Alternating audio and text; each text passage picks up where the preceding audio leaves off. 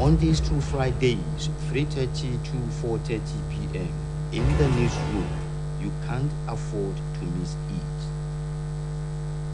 A beautiful afternoon out there, and welcome to the Wednesday's edition of In the Newsroom. Apology for coming a bit behind schedule. And I also have a guest in the newsroom. I know others will join us shortly. But before I introduce my guest, let me just go through the topics we have that will be doing justice to in the newsroom today. The first topic says federal government plans 2.4 billion naira rehabilitation centers for repentant terrorists. Don't forget, already we already have a center for counter-terrorism, National Counter-Terrorism Center, NCTC. That's already in place. And so the body is saying 2.4 billion naira is being set aside to rehabilitate the repentant terrorists. And I have the second topic. It's Sasegi, EFCC to Agbakuba. Agbakuba is in Nigeria. EFCC can probe states. This discussion is emanating from the probe by the EFCC on the finances of Kogi State. Why the Senior Advocate of Nigeria, Agbakuba, is saying that the EFCC cannot probe accounts of the finances of Kogi State. It's Asegi, and some others are saying no, we have the right. They have the right to. We also discussed that and to see how far we can go. And the third topic says why politicians need to address poverty during campaign. Once again, welcome to the West edition of In the Newsroom. My name is Olade Alani Pekun, and I have Latif already seated. We are expecting another guest. Good afternoon. Good afternoon, viewers at home. It's my pleasure being here as usual. I told you we're expecting other guests who are likely to join us shortly. That amount, don't forget a bill was signed in May 2022 this year, and it is titled Terrorism Prevention and Prohibition Bill, which the President signed in May 12, 2022 this year, as a body that will coordinate counter-terrorism and terrorism financing in Nigeria. And that kind of body. Well, what I would first and foremost raise is currently, where are they using to rehabilitate these people? If there is a particular place, even if those places are, how do I put it, a temporary arrangement, are we saying that we are going to spend up to that amount to do it? Or there are two, they intend establish two of those centers. And there is a question here. We are using a particular place presently, or we are using particular places for that purpose. The question is, what is going to happen to those places being used now? Are they meant for some other purposes? That's one. Number two is 2 billion. 2.4 billion. Yes, 2.4 billion is not a small money, to be candid. And one will ask, how much has the federal government earmarked to take care of the internally displaced people who are the victims of this madness called the terrorism? So I can see a kind of misplaced priority, if I may say, because I believe that even if we rehabilitate those who have been into this kind of thing, I mean terrorism, and they become normal, we reintegrate them back to the society, it's a good idea. What are we doing to discourage many more youth from buying into the idea that led to this terrorism in the first place? Because it's a matter of idea. It's a matter of allowing people to come to my house to tell my children something different from what they're supposed to be doing. What I'm saying is this: all these children, all the youth being used as fighters for terrorist groups, especially Boko Haram, were before now part of the youth in those affected states, especially in Borno, Yobe, Adamawa, and some affected states nowadays in the northwest too. what I'm trying to pass across as a message is, let's assume that 2.4 billion is used according to the plan. Rehabilitation center was set up and these people are rehabilitated, agreed. What happens to more youth who may want to go into terrorism because of this treatment? They believe that if I go for terrorism and I eventually was not killed in the battlefield and I later surrender to the federal government, they will give me the same preferential treatment. Okay. That's my argument. Now, what you call it preferential treatment? I see. Because I don't think we are doing the same to the internally displaced people. Those who are the victims of the activities of these mad people, they are called terrorists. You see, many people are no longer living in their own abode. They are no more living in their own communities. They are living in a place set up urgently for the purpose of internally displacement. Now, what happens to those people? How are we treating them? How are we making sure that these people return to their usual place? Because let me tell you, even if an IDP looks like a Queen's Palace, you cannot compare it to where you are living, where you know how to wake. When you wake up, you know where to go. You know where you send your children. But Osaka people will say it. You become a visitor or a guest in your home fatherland. By and large, I'm not saying the government is not doing fine by setting up a place whereby these people will be rehabilitated. They need rehabilitation, because if you are not mad, you won't take up arms against your people and start killing them.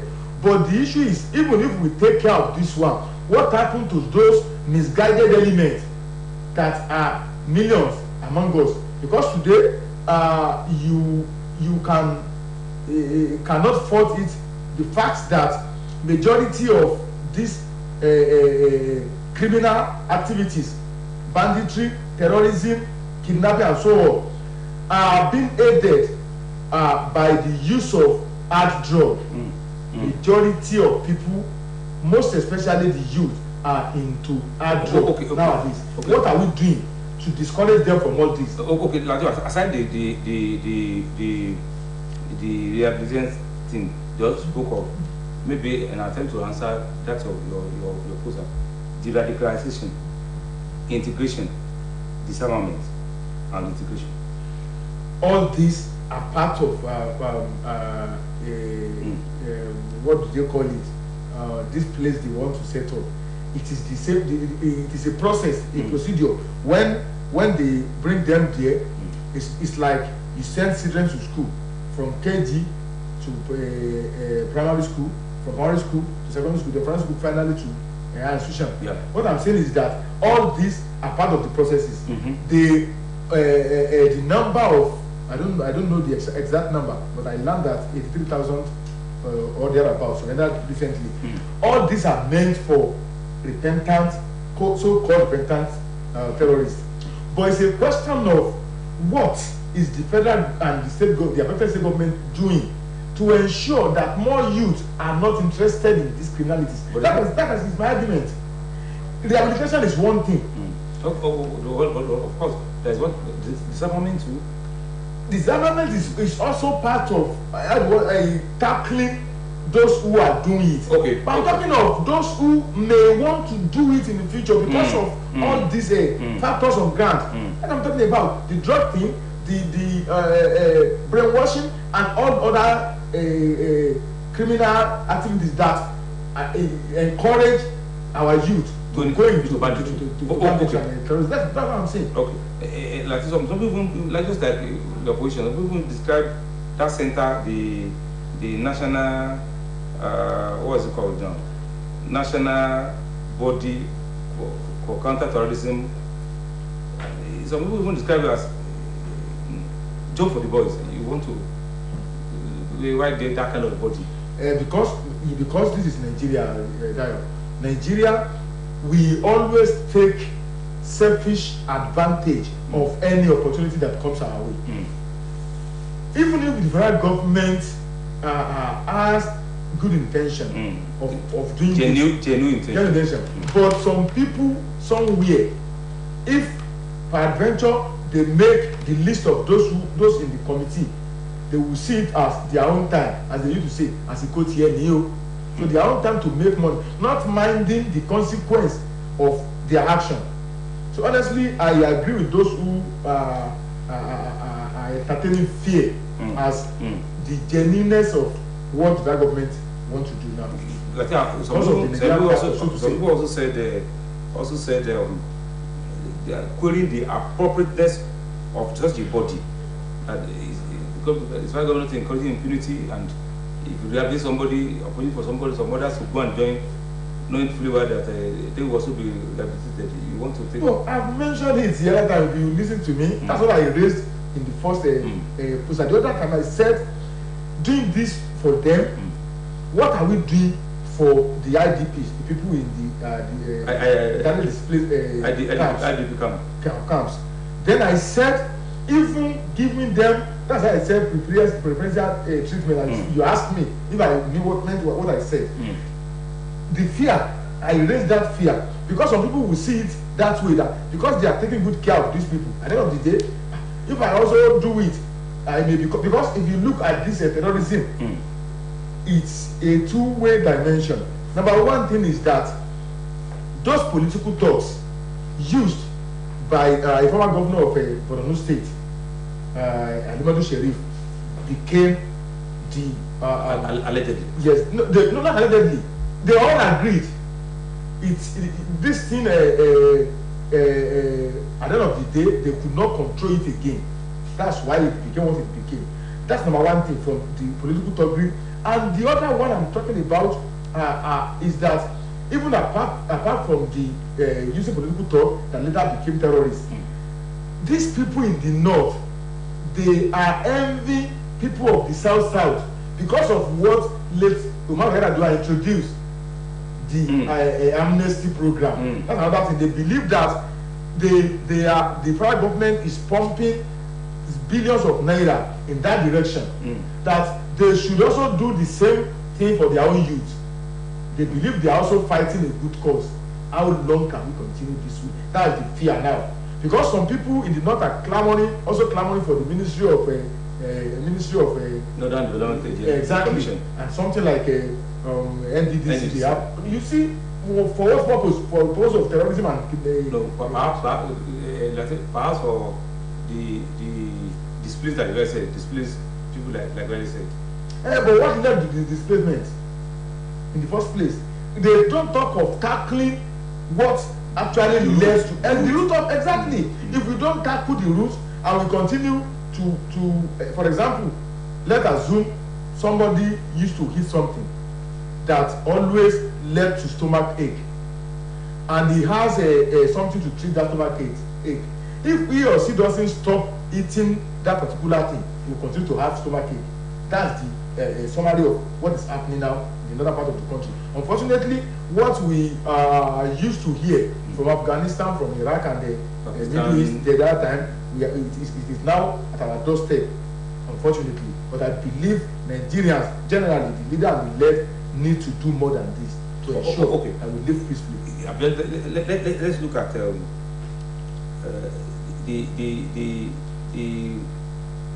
how you think the widows, the fatherless, and others who are killed by these terrorists, how do you think they will take? This wasn't killed a father, this was killed my husband, and getting integrated into society. That's another area.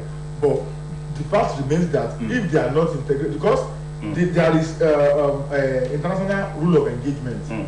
When a criminal surrender, even if at the end of the day the court will say go and kill him or her, so you must wait for the court to do that. The moment the criminal surrender, you arrest him, not to kill him. Not to talk of, because when we are talking about terrorists here, we are talking about I want to say genuineness of surrendering, whereby we have had news of somebody who surrendered and went back. I'm going there. Okay. We are talking about those so-called terrorists.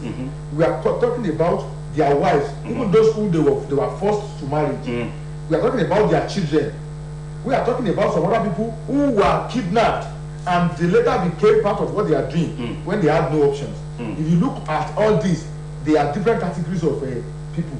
Now, of repentance. Yes, repentance. Now, talking about going back, there is no way you can't see such, because they knew one thing might be wrong. One, maybe they didn't get that enough rehabilitation, because if you are rehabilitated, we have cases of those who are into drug and they were rehabilitated and they became normal, even normal. But we have also seen those who went back. You don't know. I'm saying to their commits. Something might be wrong with how they are being rehabilitated. Maybe some people are also using that opportunity to make money. Maybe they are not doing enough to ensure that these people are truly rehabilitated. That's one thing. Another thing is that there is no way you cannot get 100% true terrorists who surrender. There are some who, because of the heat from the Nigerian military, let us surrender now. Later, maybe when we have opportunity, we can go back. That's another area. Another area is that let's look at the side of their sponsors.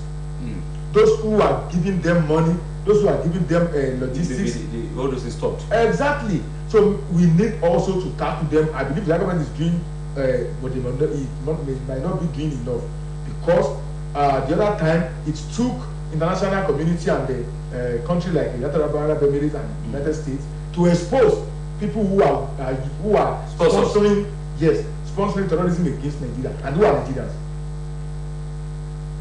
Then any need for integration then? I can say that you see, it's like this issue is complex, very, very complex. The international community also has their own case. Their case is this: we have the so-called world powers whose primary job is to produce weapons.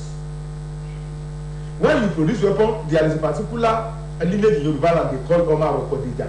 When you are producing Oko, that means you are envisaging a fight, you are envisaging war. So you are producing weapons, you are envisaging something, and what you are producing, you use money to produce them, and you want to make profit from what you are producing. Then if you don't see, you believe that there are peace and there is peace everywhere, what you do is to instigate war. So the international community are their own blame of this. That's one. Another area to it is our own unconsciousness too, as a nation. You see, in Nigeria, I don't believe I have not done a kind of a field work to be sure of the percentage I want to talk about. But I don't believe we have complete 40% of Nigerians who are truly Nigerians. So the love of our country is at the lower end of our heart. Some people believe that the moment you are doing something to as a means of survival, even if it is against the peace of your country, if it is against the progress of your country, just continue to do it. Look at those who smuggle good into the country. Those who smuggle good into the country are not doing the country any good. But because they are making money from there, they don't see anything wrong. So those who are eating fat from these criminalities, from these ungodly acts, may not see anything wrong. So at the end of the day, before we go to the second topic, let me look at. I want to look at this. Who is benefiting? The terrorists, the IDP camp, the repentance, the federal government. Who's benefiting? One, the sponsors of terrorism are benefiting. How? Yes.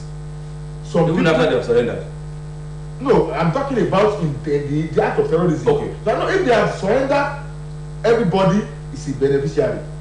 If they truly surrender, if they genuinely surrender, everybody. Because peace is what they're talking about. The federal government will be telling you Mr. President went to America, we went to UK, we went to Germany, we went to Sydney and elsewhere to woo foreign investors. I don't know that investors who want to come to where there is no peace.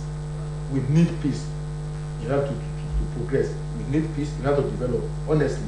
But the fact remains that are we truly sure we are doing what we are doing because of the purpose of ensuring that there is peace? All we are doing is to ensure that we enrich our own pocket. That's why I've always talked about our patriotism.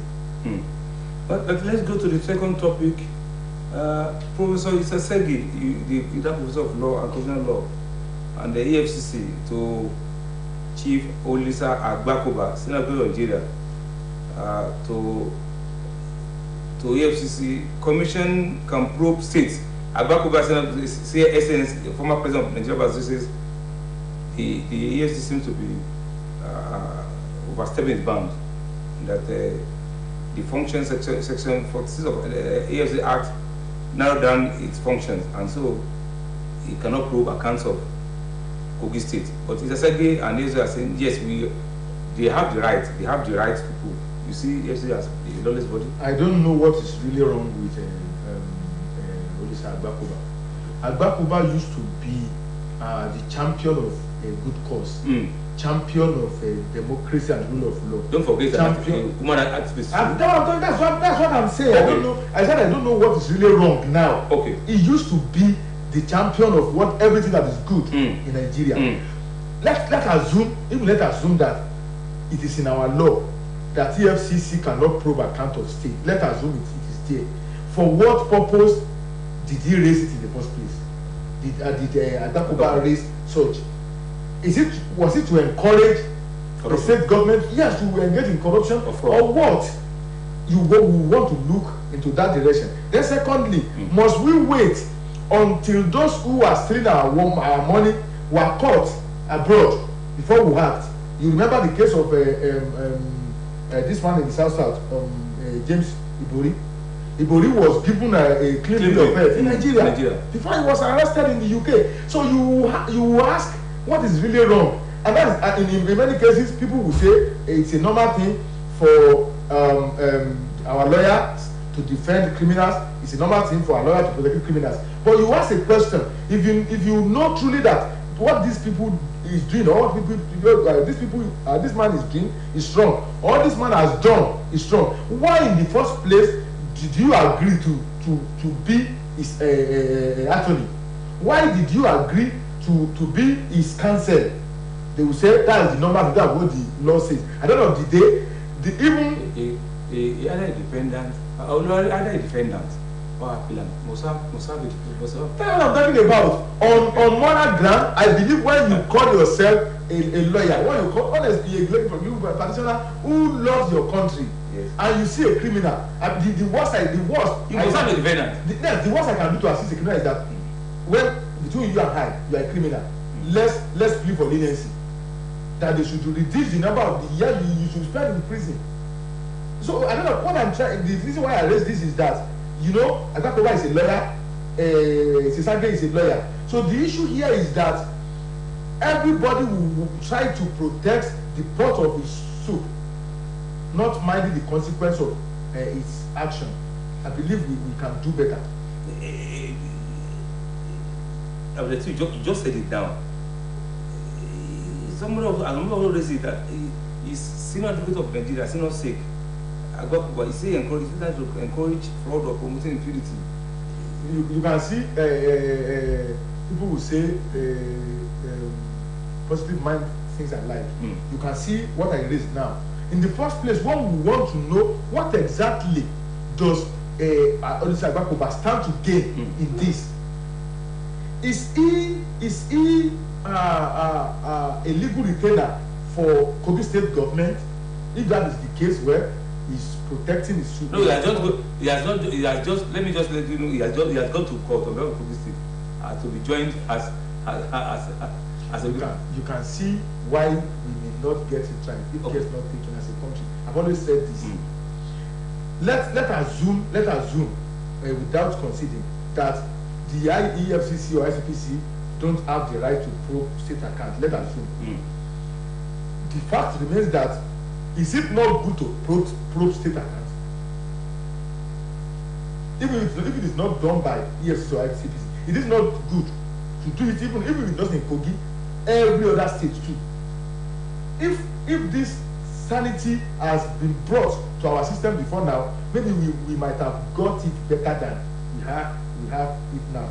But because of all this abracadabra within our learned people, so to say, I believe they are part of the problem we are facing. Because some people said something the other time. We are at a particular seminar and somebody raised something. It's like a question for discourse. He said when Nigerian politicians, the legal practitioners, and what's the last one? He said the Nigerian politicians, the judicial sector, and the police, if they have the law of Nigeria at heart, if they are patriotic and they fear God, Nigeria will get it right. What the person was trying to say is that these three set of people are the major problem of Nigeria. So, and what is happening now is something that are testing to the claim of that guy that let me Professor Sagi and Nelson raised some points. They raised the Apex Court Jolly, I'm a governor of Taraba and Federal President of Nigeria. That's the case of 2020. And the Supreme Court in Attorney General Account of Justice of Ondo State versus AG of the Federation 2002. And also Court of Appeal, Kalu versus that is Kalu versus FRL 2012. The House of Assembly of those states can investigate their states. That's where Alice Agbakwa is saying that we are the rules of House of Assemblies of states.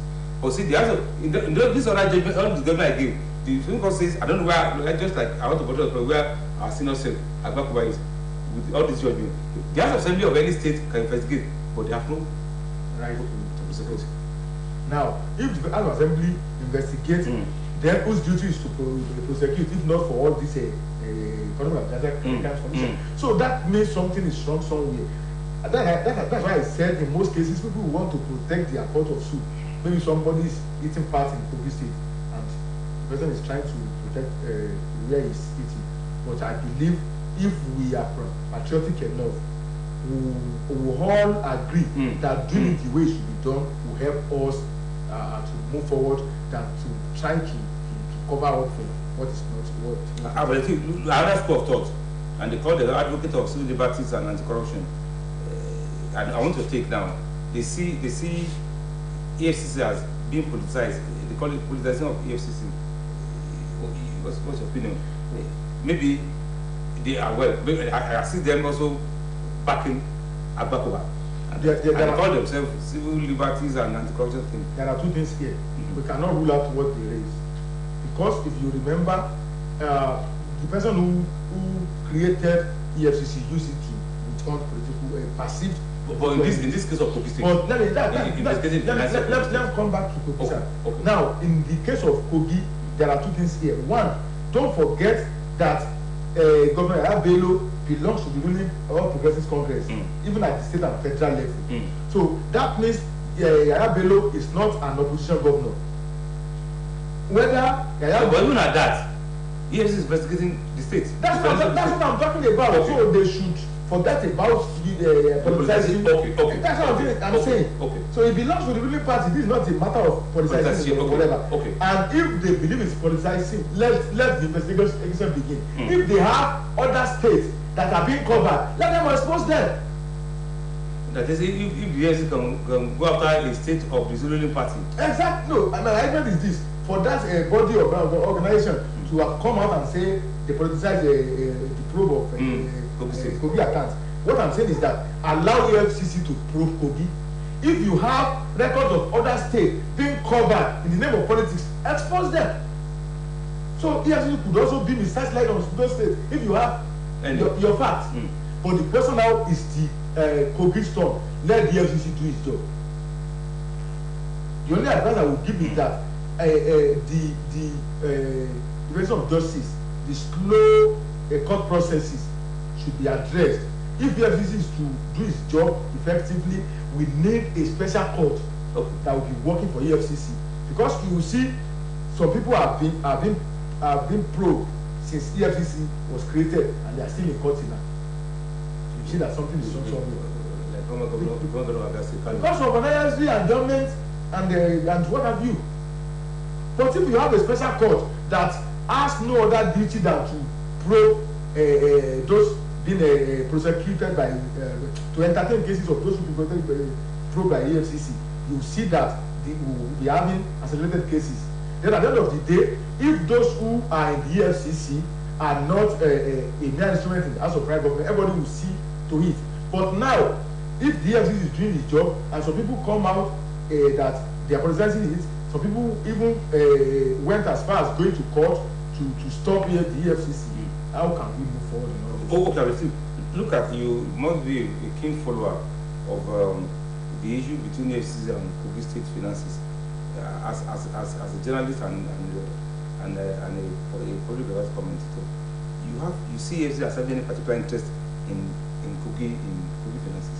You see, EFCC may have interest, and EFCC is supposed to have interest. Okay. What I'm saying is this: as a journalist, if there is a particular story I'm working on, and the development continues to emerge, so you want me to abandon the story.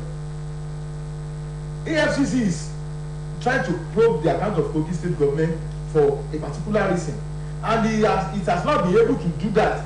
And do we want EFCC to abandon it? No. If the EFCC has a vested interest in Kogi, let them have it. After they might have done the needful in Kogi, if you have evidence elsewhere that some other state governors too have to be probed, then come out with your petition. The EFCC is there to entertain it. Let them tell us if they have come up with petitions against some other states and the EFCC failed to do it. Then we can talk about you shouldn't do it, how it has any personal interest. But it's like you start something and you want to ensure that you complete what you started. EFCC has started it, abandoning it halfway, even we will give EFCC more bad names than that. Bad image. Bad image. Thank you. So if the EFCC abandons it now, it is even worse than what these people are doing against the EFCC. So I'm supporting the EFCC on this. I don't have anything against Kogi. I don't have anything against Governor Yaya Bello. But the issue is that sanity must prevail in our system. All this, they are only privileged to be there as commissioner, as SA, as governor, as legislator, to do what we're supposed to do for our states. It is also our duty to do it, but not everybody can be there to do it. But if some people are there doing it and something is wrong somewhere, let's the body that decided to do its job do it. I don't know why we are doing all this to ourselves, because those who went to court to challenge the EFCC are not helping the people of Kogi State. They are not helping people of Nigeria by extension. We need to be more patriotic. We should. Let me ask you a question. Before we go to the third topic, let me just ask a question. Some people are even asking, so what is Kogi State? What are their ideas? That's exactly what I raised. If you don't have any skeleton in your company, if you don't have skeleton in your cupboard, and so people said they want to probe you, let somebody said you want to probe you. Let me come and probe me. I don't have anything to hide. Come probe me. After the probe and I come out clean, then I go in peace. But the reality of the matter is that something is wrong somewhere. If you are doing all this to stop the EFCC, then something must have happened be wrong in the first place. I will then go to the third topic and the final topic. Why politicians need to address poverty during campaign? You know that poverty remains the biggest threat to Nigerians today and has gone unaddressed. No doubt about it. And you recall that October this year, World Bank released what is called Poverty and Shared Prosperity report, and saying that the world is unlikely to make the goal of ending extreme poverty by 2030. Most of it COVID-19 as a major factor. Poverty index keep on rising. Especially in Nigeria, where the Nigerian Brothers is saying 103 million. It means 4 in 10 Nigerians. You see, the reality of the matter is that I don't believe in all this data I'm very sorry. But I'm not saying that. You know. You don't understand. I'm not defending the fact that I'm not defending the fact that Nigeria there is poverty increase in Nigeria. What I'm saying is that I don't trust all this data because Nigeria as a country, we don't know the actual population of Nigerians. Tell me, how many are we in Nigeria? So if you want to tell me this is the number of Nigerians under whatever, you must tell me this is the population of Nigeria in the first place. Now let's go to the real issue. Must we wait until the election period first before we talk about poverty in the first place? What you are saying is this: if before now it's not been addressed, won't you, as a Nigerian, as a citizen, ask those who are earning, how are you going to tackle particular sector? That's what it's all about. You see, Dayo, one thing about Nigeria I know is insincerity on our part. Honestly, through the COVID-19 pandemic and the rest of you, what have you, the federal government has spent fortune to ensure that Nigerians live comfortably. But our insincerity, the money that is meant for the poorest of the poor ended up in the pocket of the riches, ended up in the pocket of the middle classes. So you may be surprised as I'm sitting down here. My father was a farmer. My late father was a farmer. He had a very big farm, very big one. I am not one. If you see me going to where they distribute money that is meant for farmer, who am I? I'm part of the problem of Nigeria. Some people will be gainfully employed. If the government say some money was meant for those who are not employed, they will apply, they will get the money even before those who are not employed. If the federal government said they want to give out money for those small and medium businesses, at the end of the day, the money will end up in the pocket of politicians, those who have no work, any other job doing than politics. All this, the result of all they are doing is that there is no way you doing things the same way and expect different results. So insincerity is the major problem facing us. Okay. Because let me assume that during the election, I'm a candidate and I come on a program or I come at a campaign ground and you ask me what how am I going to tackle the poverty index, and I give you a very detailed analysis of how I'm going to do it. Does that mean I will do it when I get there? Does that mean I'm telling you what is true to my mind? Does that mean I have the poor at heart? Okay, or I'm just desperate to get that. Let's look at it this way. Somebody who wants to go for some time and is coming up after a term, but you don't see the 2023 election as presenting fresh opportunity for Nigeria to aspire. You are spending the term and you still want to come back. To what extent you start to tackle poverty for us? You don't see that as an opportunity. Yes, it's an opportunity, but let me tell you two things. Yeah. The number one thing is that there is no candidate, serious candidate, that will tell you he won't tackle poverty. No, even someone must have gone through a particular term and wants to come back. Can't we assess him or her by their antecedents? Yes, that's what we're supposed to do. Okay. But the problem with us, Dayo, we have a multifarious problem. Okay. When it comes to nationalism. Number one problem is sentiment, religious and ethnic sentiment, and religious sentiment. You will see some people who will say, no, it's our turn.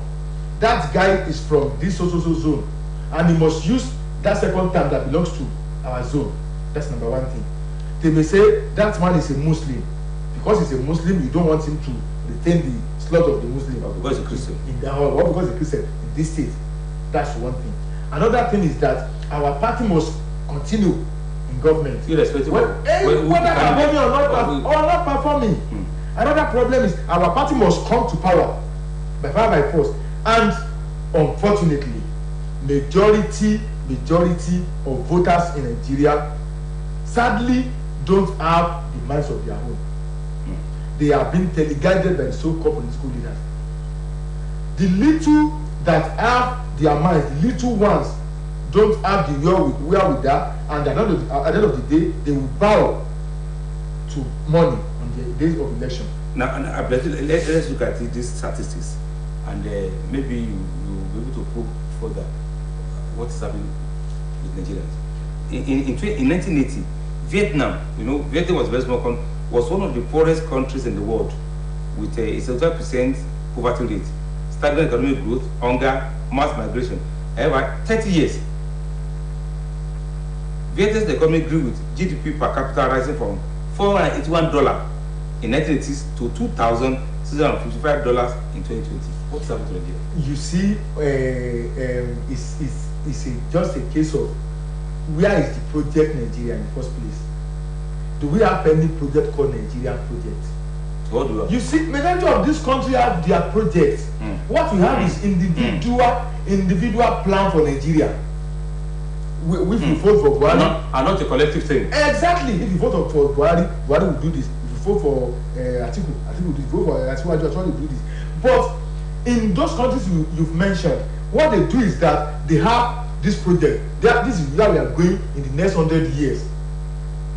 No, but the only thing is sometimes in Nigeria we used to have food for all in 2020, water for all in 2020. We only copy international community projects.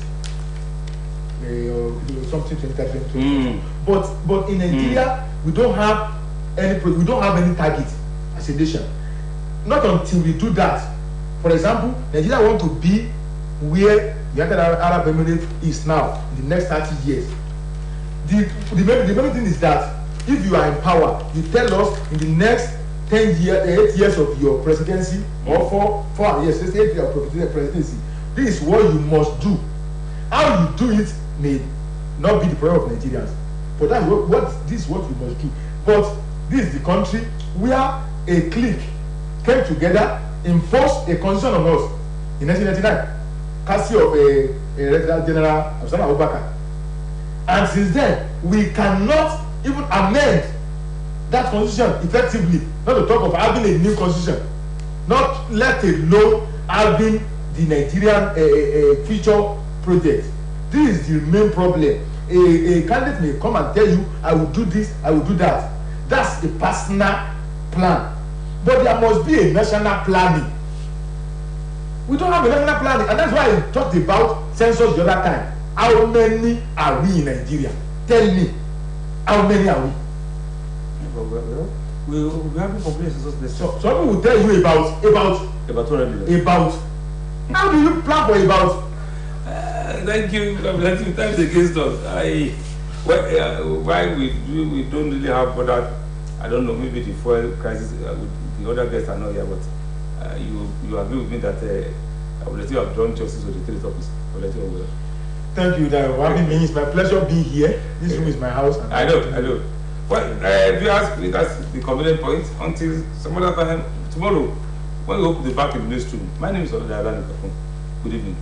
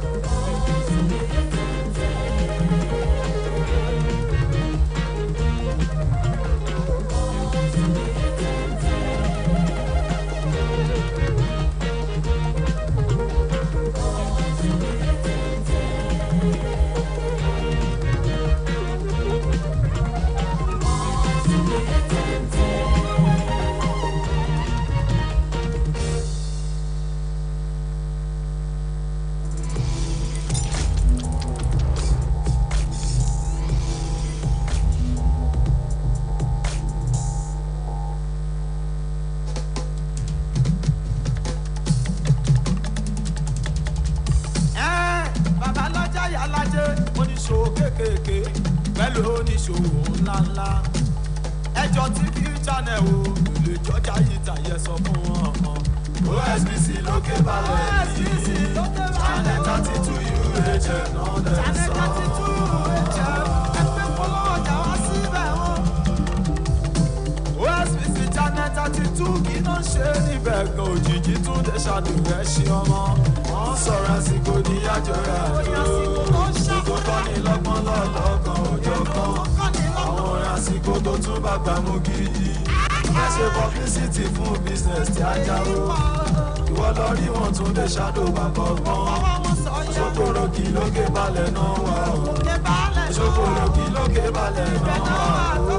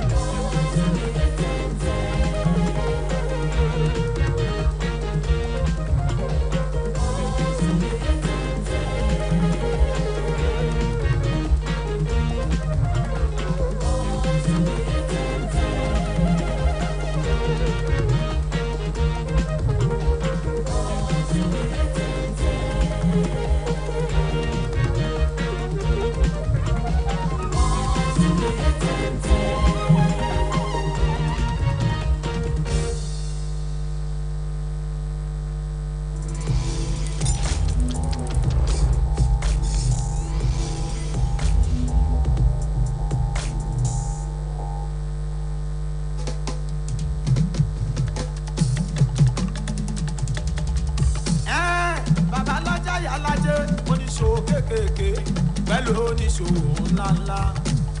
Ẹjọ́ TV channel o lè jọjà yìí tàyẹ sọ fún wọn. OSBC lókè balẹ̀ yìí channel 32 UHF náà dẹ̀ sọ. Channel 32 UHF ẹgbẹ́ polówó ọjà wá síbẹ̀ wọn. OSBC channel 32 kí ló ń ṣe níbẹ̀ gan òjijì tún dé ṣàdùrẹ́ ṣe ọmọ. Wọ́n sọ̀rọ̀ àsìkò níyàjọ́ rẹ̀ àjò. Ṣògo kọ́ ni lọ́gbọ́n lọ́lọ́kan òjò kan. Àwọn orin àsìkò tó tún bá gbà mú gidi. Ẹ ṣe publicity fún business tí a jáwó. Ìwọ lọ rí wọn tún dé ṣàdó bàbá ọgbọ́n. Ṣòkòrò kí lókè balẹ̀ náà wà o. Ṣòkòrò kí lókè balẹ̀ náà wà o.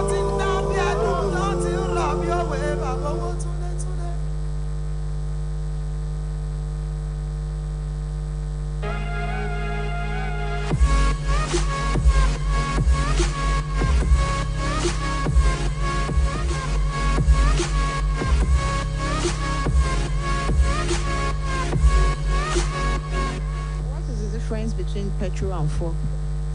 Petrol and fuel. Petrol is categorized under fuel. Really, nigga?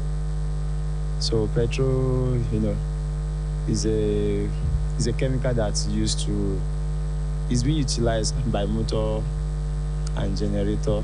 So it's a fuel that those things use. But under the list of fuel, we have some other list of categories that can be categorized to the fuel. Petrol and fuel. Petrol and fuel, the difference is there. Normal petrol, you can call the petrol, gas, and any other fuel as a fuel. Like kerosene too. That one is a fuel. What? But petrol is a single something that can make motor move. That's the difference between petrol and fuel. Somebody that went to school. I think I don't, as in, petrol is fuel, that is what I know. You sure say you're not confused? The between fuel and petrol, abi? Go ask your grandfather. I say fuel. I think say fuel no be only petrol dey bear fuel. Hey! So I think maybe all those diesel, kerosene, and petrol they also fuel. But petrol is a petrol. Chineke. Petrol, fuel. What was the top? There's different though. There's different. No different there now, the same thing.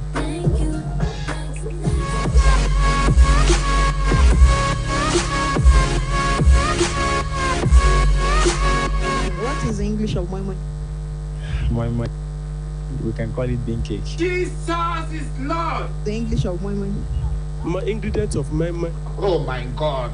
English of moi moi. English of moi moi. Ah.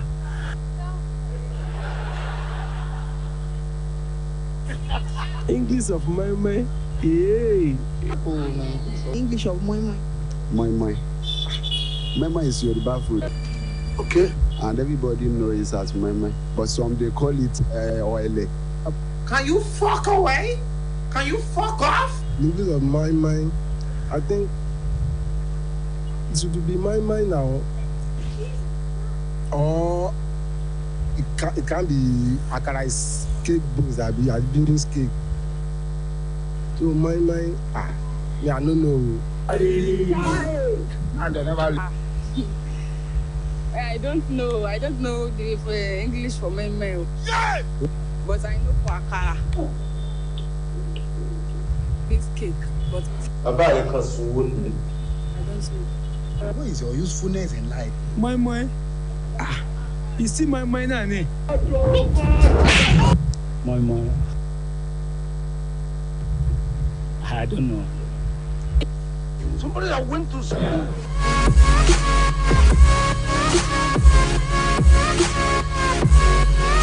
How many countries are in Nigeria? Countries in Nigeria. This is very funny. Nigeria is a country on its own. You are technically correct. The best kind of correct. Country. A state there. How many states in Nigeria? How many countries are in Nigeria? It's one. àjọ tó ń rí sí ìdàgbàsókè ìlera alábọ́dé ẹsẹ̀ kùkú ní ìpínlẹ̀ Ọ̀ṣun ló ní kí n kí